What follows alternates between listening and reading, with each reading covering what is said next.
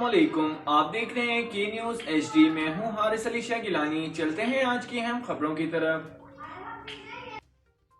لیے چلتے ہیں رینالہ خرد، جہاں سے رپورٹ کر رہے ہیں ہمارے نمائندے سجاد لکھوی۔ رینالہ خرد کے نجی اسکول کے ننھے منھے طالب علموں نے پیٹرول گیس پیدا کر کے ایٹمی سائنسدان ڈاکٹر عبد القدیر خان مرحوم کی یاد تازہ کر دی۔ رینالہ خرد کے نجی اسکول 12/1L کے ننھے منھے طالب علموں نے پیٹرول سے گیس پیدا کر کے ایٹمی سائنسدان ڈاکٹر عبد القدیر خان مرحوم کی یاد تازہ کر دی۔